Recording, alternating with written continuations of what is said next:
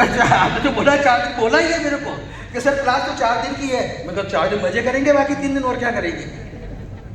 4 दिन मत, मैंने 1 दिन में कर दिया 4 दिन का काम, पर कहने का मतलब बाकी 3 दिन किस में जाते हैं, ये डायग्नोसिस में जाते हैं।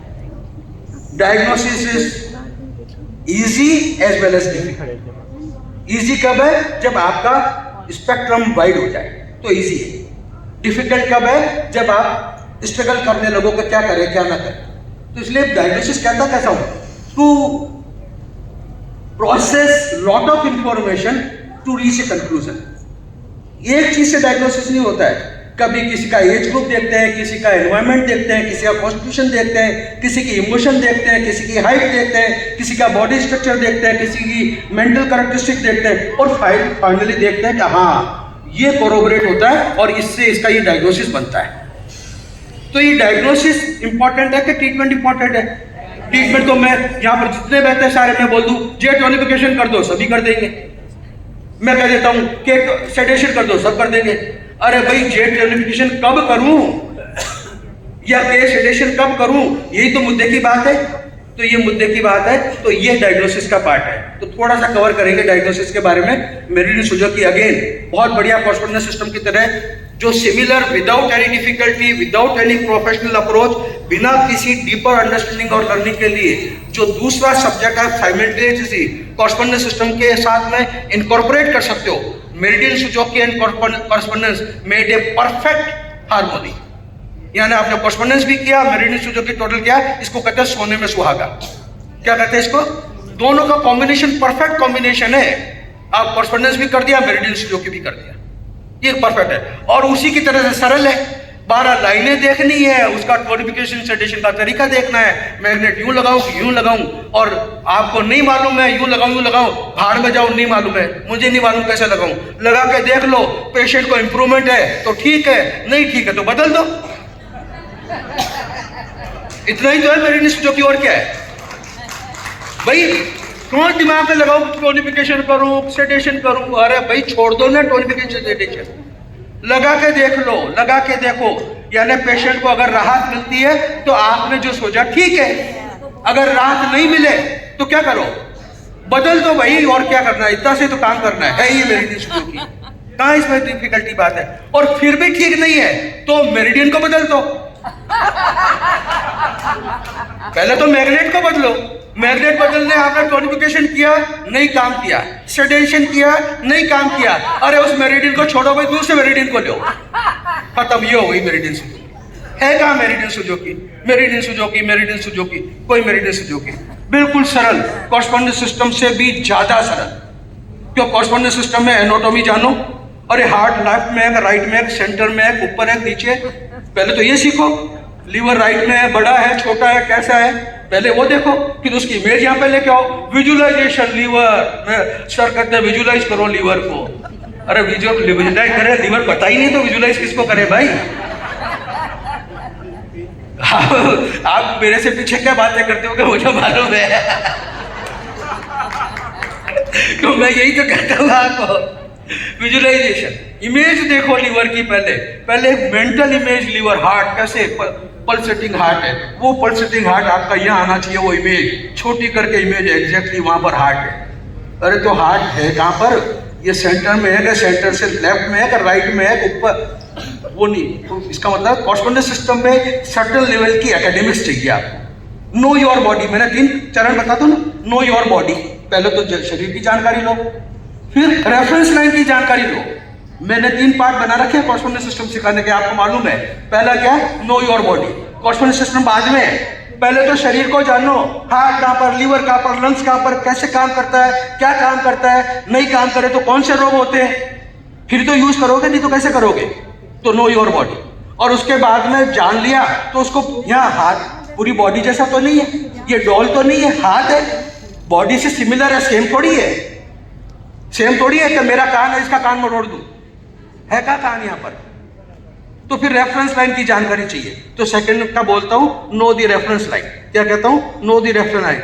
और तीसरा क्या कहता हूं, नो द 6 स्टेप प्रोसीजर। फिर प्रोसीजर जानो, ये 6 स्टेप में स्टेप, अब मैंने शरीर की जानकारी है, रेफरेंस लाइन की जानकारी है, और उसके बाद में स्टेप बाय स्टेप उस एरिया में कैसे पहुंचूं। और फाइनली कैसे निकालूं। Thank you.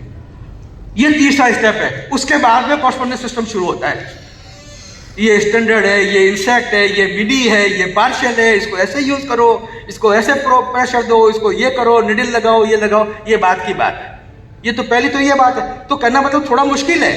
मेरिडियन सुजोकी में तो है क्या मुश्किल, 12 सीधी लाइन है। वो तो पहले डी और एल का जो क्रॉस था वो भी प्रोफेसर पार्क्स ने सीधा कर दिया, वो भी हेडर खत्म कर दी। लो सीधी लाइनें हो गई। अब सीधी लाइन में तो याद कर लो, और उसके भी याद करने की क्या है, alphabet AIEDLH, all India examination in Delhi. याद कर लिया था यार, हो गया ना, all India examination AIE, Delhi का शॉर्ट फॉर्म DLH हो गया, 6 मेरिट याद।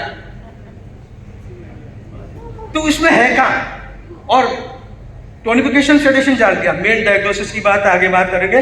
फॉर चेंजिंग दी, यहां ध्यान रखने की बात है, meridian Su Jok is only about the quantity not the quality. ये हम एक क्वांटिटी ऑफ एनर्जी की बात कर रहे हैं, क्वालिटी की नहीं कर रहे हैं। क्वालिटी की कब कर रहे हैं, लीवर के अंदर मैं झांकूं अंदर कि उसमें और अंदर क्या क्या हो रहा है, लेकिन लीवर एज ए होल देखूं ये प्रॉपर काम कर रहा है, ये एक्सेसिव काम कर रहा है या डेफिशिएंट काम कर रहा है, इतना सोचूं, ये क्वांटिटी की बात है। लेकिन मैं लीवर के अंदर देखूं वहां स्कारिंग है, या वहां इन्फ्लेमेशन है, वहां या फैट डिपॉजिट है, वो अंदर का स्ट्रक्चर देखूं, ये क्वालिटी की बात है। तो ये क्वालिटी की बात मेरिडियन सुजोकी नहीं करता है। और फॉर्चुनेटली ज्यादातर डिजीजेस क्वांटिटी के लेवल पे भी रिफ्लेक्ट होती है, और क्वांटिटी में भी सर्टेन क्वालिटी तो है नहीं है। मैं लीवर को टोनिफिकेशन कर रहा हूं तो लीवर की विंड तो टोनिफाई हो ही रही है ना, हो रही नहीं हो रही है, तो फिर क्वांटिटी भी है नहीं है उसके अंदर, क्वांटिटी के साथ में, पर ब्रॉडली उसके अंदर क्वांटिटी की बात है, क्वालिटी की बात कम है। तो क्वांटिटी और क्वालिटी की बात है, तो ये क्वांटिटेटिव ट्रीटमेंट है, क्वालिटेटिव ट्रीटमेंट नहीं है। तो जहां अमाउंट ऑफ एनर्जी है, और अमाउंट एनर्जी भी हमको बॉडी को चलाने के लिए, ये मत समझो कि विंड हीट हॉटनेस तो ज्यादा होगा तो अच्छा है, ह्यूमिडिटी ड्राइनेस कोल्डनेस तो कम होना चाहिए, ये होमो एनर्जीज है, ये हेट्रो एनर्जीज है। नहीं, एनर्जी कैसे चाहिए, हार्मोनियस। 7 स्वर हैं म्यूजिक के अंदर, स्केल के अंदर, तो सातों में हार्मोनी चाहिए क्या? एक तो सा, क्या तो सारे का मप्पा पूरी हार्मोनी चाहिए, तो वो हार्मोनी चाहिए। तो हार्मोनियस जो सर्कुलेशन है, एनर्जी है, वो हेल्थ है। हेल्थ की डेफिनेशन क्या है, harmonious circulation of the energy in the system. Harmonious है, harmony is not a straight line. पहले ये हार्मोनी नहीं है तो ये रिजिड लाइन है, ये बिल्कुल ये हार्मोनियस है, इसी लाइन में आपको चाहिए, ये harmony, not like, not rigid line. Harmony is like a wave, flexibility है उसके अंदर। तो अगेन डिजीज की दूसरी डेफिनेशन क्या है, losing the flexibility. Rigidity of the energy system is the disease. Energy system में बात करें तो डिजीज किसको कहते हैं, रिजिडिटी ऑफ एनर्जी सिस्टम। क्यों, हमारा एनर्जी सिस्टम भगवान ने फ्लेक्सिबल बनाया ही है, सिचुएशन के हिसाब से, कोई कारण की वजह से हमारी एनर्जी ऊपर चली जाती है, लेकिन मौका मिलता है वो वापस नीचे आ जाती है, अप डाउन, ये वेव में चलती है एनर्जी। एनर्जी स्ट्रेट लाइन में नहीं चलती है, तो कभी अप है कभी डाउन है, अभी अप है अप है, लेकिन ये रेंज है, इसको कहते हैं थ्रेशोल्ड लिमिट। इस रेंज के अंदर जब एनर्जी अप डाउन चले, अप है तो एक्सेसिव है, डाउन है तो डेफिशिएंट है, लेकिन अब उसको एक्सेसिव और डेफिशिएंट नहीं कहते, वो हार्मोनियस है, क्योंकि वो अपने आप बैलेंस एस्टेब्लिश करती है। वो क्या करती है, वो अपने आप बैलेंस एस्टेब्लिश करती है, अप डाउन और अपना काम कर लेती है। तो उस रेंज के अंदर है। पहली बात तो मैं एक और बात कहना चाहता हूं मेरी एनर्जी के बारे में, not to unnecessary influence the energy system. जब तक एनर्जी सिस्टम हमारा बॉडी का, हमारा एग्जिस्टेंस का, हमारी बीइंग का एक सटल सब्जेक्ट है, सटल है ये बहुत, जिसको कहते हैं सूक्ष्म स्तर पर है, और सूक्ष्म स्तर पे बिना मतलब छेड़ी खानी नहीं करना चाहिए। जब जरूरत हो तो उसको छेड़ो, जरूरत नहीं तो नहीं छेड़ो। छेड़ा खानी उसकी जबरदस्ती नहीं है कि नहीं मैं मेरी एनर्जी बढ़ाना चाहता हूं तो मैं हॉटनेस टोनिफिकेशन करूं। क्यों, मुझे क्या जरूरत है हॉटनेस टोनिफिकेशन की? क्या हॉटनेस टोनिफिकेशन को मैं बिना एनर्जी को छेड़े उसका यूज कर सकता हूं डाइट से, लाइफ स्टाइल से? तो वो करना चाहिए। तो ये क्वांटिटी की बात है, एनर्जी थ्रेशोल्ड लिमिट में है, वो थ्रेशोल्ड लिमिट को ब्रेक करे और वापस इक्विलिब्रियम में ना आए, इसको कहते हैं रिजिडिटी। यानी कोई एनर्जी एक्सेसिव हुई और वो एक्सेसिव ही रह गई, और एक्सेसिव एनर्जी अपना नुकसान तो करेगी करेगी। एक्सटर्नल रिलेशनशिप से, सब्जुगेशन और एंटी सब्जुगेशन रिलेशनशिप से, होमो हेटेरो रिलेशनशिप से वो दूसरी पार्टनर एनर्जी का भी नुकसान करेगी। एक एक्सेसिव है तो दूसरी क्या हो जाएगी, वो डेफिशिएंट हो जाएगी। तो दो नुकसान एक साथ, एक तो एक्सेसिव वाले का नुकसान और उसकी कंपैरिजन में एक एनर्जी को डेफिशिएंट होना पड़ा, क्योंकि अमाउंट ऑफ एनर्जी तो सेम है। ये बढ़ गई तो दूसरी कम हो गई, तो कम हो गई तो उसका भी नुकसान। तो उसको दोनों को हैंडल करने के लिए हम टोनिफिकेशन सेडेशन से उसको इक्विलिब्रियम में एस्टेब्लिश करते हैं। तो हम ट्रीटमेंट में क्या करते हैं, to make the energy system again flexible. तो फ्लेक्सिबल करते हैं। तो फ्लेक्सिबल के लिए पहले तो खुद फ्लेक्सिबल हो जाओ। मैं अगर रिजिड हूं तो मेरा energy system is bound to be rigid. ये समझो, ये रोग आते क्यों है भाई? क्या लगता है आपको, कौन लोग आपको अच्छे लगते हैं? जो सब में मिक्सअप हो जाते हैं, घर में फैमिली मेंबर में भी बात कर लो, अगर जॉइंट फैमिली है, आपको कौन से लोग प्यारे हैं? जो सबके साथ मिक्सअप हो जाते हैं, ये जो तो फ्लेक्सिबल। तो पहले तो खुद को फ्लेक्सिबल होना पड़ेगा। एनर्जी, इसलिए पता है ना, मैं तो एज में तो मैं कोल्डनेस एज में हूं, लेकिन मैं आप लोगों के साथ विंड हीट के साथ रहता हूं, तो फ्लेक्सिबिलिटी आती है मेरे स्पोर्ट्स में, आती है ना।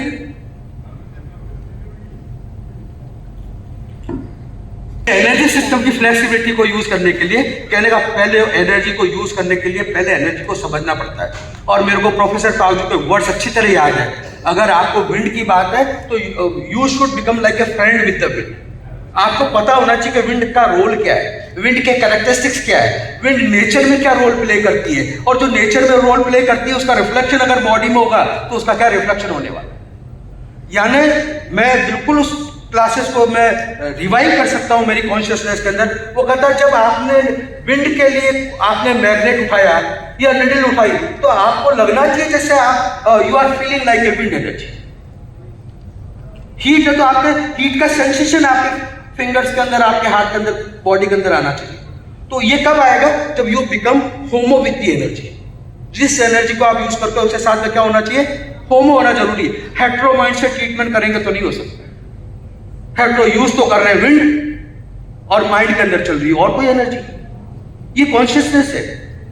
Of course meridian Suzuki again objective method of treatment है, लेकिन ऑब्जेक्टिव इस सेंस में कि हम उसका अप्रोच कैसे यूज कर रहे हैं, कि अल्टीमेटली हम एनर्जी को यूज कर रहे हैं। Energy is metaphysical, everything is energy actually देखा जाए तो। We you all are energies, E is equal to mc square, everything is nothing but energy.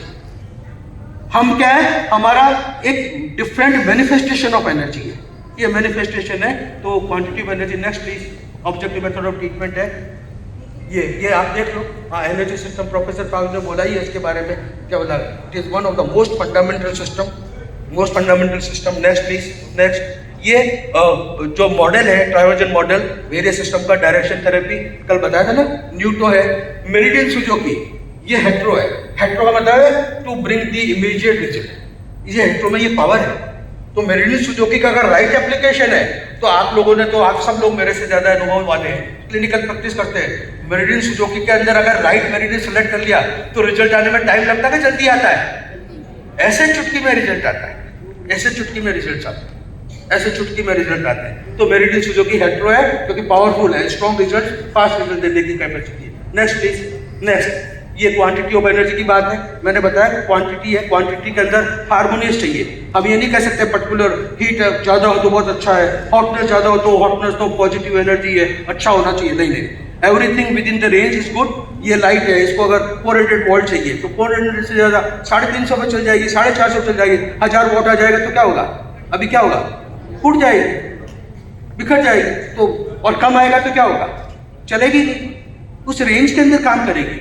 तो ये इसको आपको ध्यान रखने की जरूरत है। Next please, next. ये amount of energy, next, next. Excessive vote, ठीक है, नेक्स्ट प्लीज, नेक्स्ट। ये लॉन्ग मेरिडियंस को यूज करते हैं आप लोग, करते हैं, अच्छे रिजल्ट हैं लॉन्ग मेरिडियन। ऐसा कोई एक कुछ कर बता सकते हैं कौन सी ऐसी पैथोलॉजीज है जब हमको लॉन्ग मेरिडियन को सोचना चाहिए कि यार इसमें लॉन्ग मेरिडियन का इन्वॉल्वमेंट हो सकता है?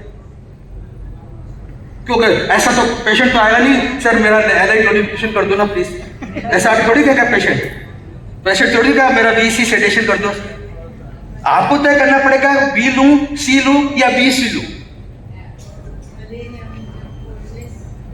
Memory, sir.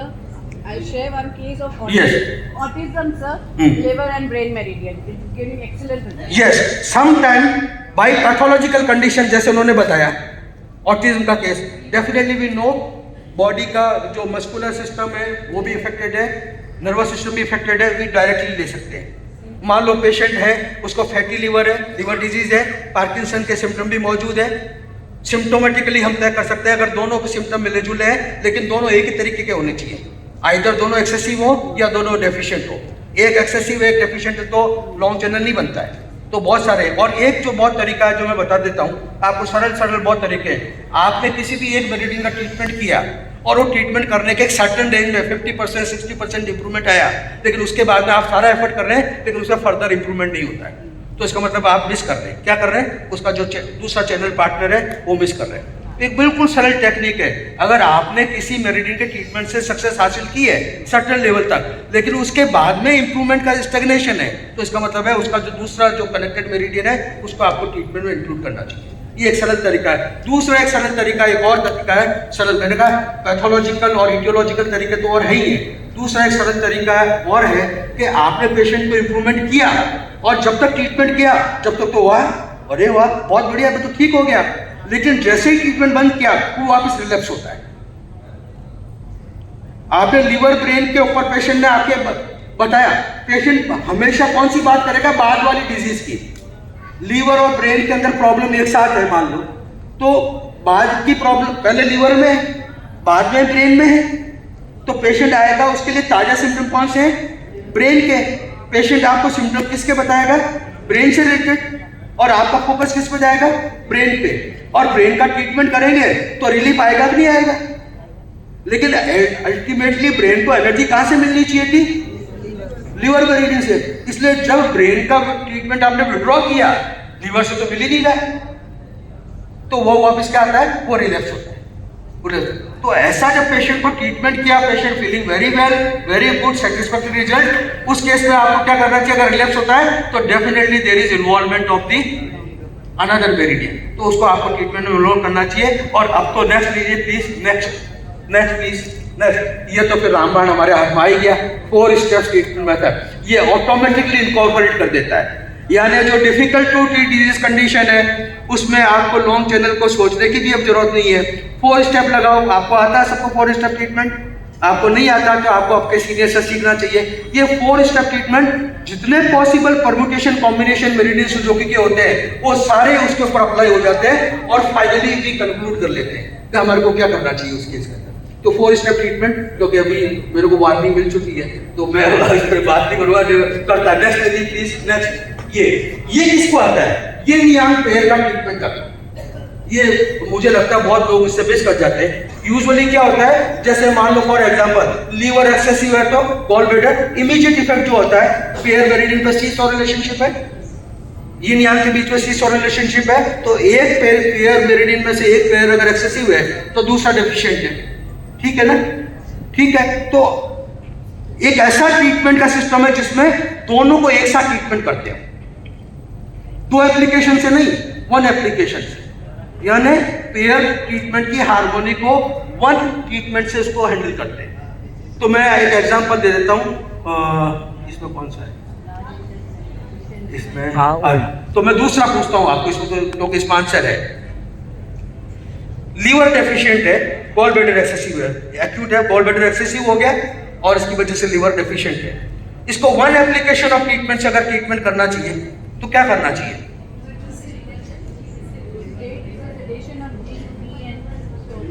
पहली बात तो बाहर मैग्नेट से करना चाहिए, प्योर मैग्नेट से करना चाहिए।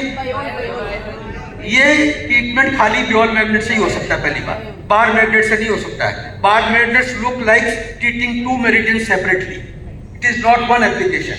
तो किससे होना चाहिए ये? Only by dual magnet. किससे होना चाहिए? Only by dual magnet. और इसका सिंपल थंब रूल है, कंफ्यूजन में नहीं आओ, एक्सेसिव जो मेरिडियन है, चाहे लीवर एक्सेसिव है या गॉल ब्लैडर मेरिडियन है, एक्सेसिव मेरिडियन के ऊपर व्हाइट टॉप मैग्नेट और डेफिशिएंट वाले पे येलो टॉप मैग्नेट। बिल्कुल सरल, दिमाग लगाने की जरूरत ही नहीं है। सरल हो गया नहीं हो गया आप लोगों के? यानी अगर लीवर एक्सेसिव है तो लीवर के पॉइंट के ऊपर, यानी डिस्टल जॉइंट के ऊपर, किसके ऊपर? डिस्टल जॉइंट के ऊपर, लीवर मेरिडियन के ऊपर white top, gall bladder meridian पे येलो टॉप। और अगर गॉल ब्लैडर एक्सेसिव है तो गॉल ब्लैडर पे व्हाइट टॉप, येलो पे white top, gall bladder white top, yellow पे येलो टॉप। इस तरीके से हम दोनों लगा सकते हैं। Next please, next. ये मैंने आपको जो हार्मोनल जो मेरिडियन बताए थे, ये बताए थे आप मैंने बताया ना एड्रिनल ग्लैंड कौन सा है, तो ये एड्रिनल ग्लैंड के ऊपर हम उसको स्कोप पे ले सकते हैं, एड्रिनल फटीग के ऊपर, एड्रिनल रश की डिजीज के अंदर उसके साथ में। और definitely sad, acidity, stress, anxiety, depression meridian Su Jok में कर सकते हैं नहीं कर सकते? क्या कर सकते हैं? और ये एड्रिनल हार्मोन के अलावा और क्या कर सकते हैं? बताओ बताओ, क्या कर सकते हो? क्या कर सकते हैं? Yes, very good. ये तो इमोशनल लेवल की प्रॉब्लम है ना भाई, तो ये कौन सी है? एगनी, ह्यूमिडिटी है या तो, और ज्यादा से ज्यादा अगर वो थोड़ा सा इस तरफ देखे तो सैडनेस यानी ड्राइनेस है। तो एक अकेली एनर्जी है जो दोनों को कंट्रोल कर सकती है, वो जॉइंट टोनिफिकेशन भी कर सकती है, कर सकती नहीं कर सकती? तो मेरिडियन सुजोकी का हम इमोशनल ट्रीटमेंट में भी यूज कर सकते नहीं कर सकते? जॉइंट टोनिफिकेशन, जॉइंट टोनिफिकेशन या सेटिस्फैक्शन टोनिफिकेशन। ये सेटिस्फैक्शन एनर्जी पे तो मुझे बहुत बोलना है, पर अभी टाइम मुझे नहीं है, क्योंकि सेटिस्फैक्शन एनर्जी को नहीं समझेंगे, ये कंट्रोल लेवल है। इसको समझना 5 एनर्जी को समझने से भी ज्यादा जरूरी है कि आप हॉटनेस एनर्जी को समझो। ये हॉटनेस एनर्जी अपना तो काम करती ही करती है, बाकी एनर्जी से भी काम वही करवाती है। खुद तो काम करती है, बाकी एनर्जी को भी गवर्न करने का, कंट्रोल करने का और उसको मैनेज करने का काम कौन करती है? हॉटनेस एनर्जी, कंट्रोल लेवल, अपना प्लस कंट्रोल। स्कूल क्लास अंदर मॉनिटर है, मॉनिटर स्टूडेंट भी है लेकिन मॉनिटर भी है, तो वो आपका है, तो मौका लगेगा तो आगे। तो अभी के लिए मेरे ख्याल से काफी है, जो सब स्पीकर्स को टाइम मिलना चाहिए, उनके साथ जस्टिस होना चाहिए।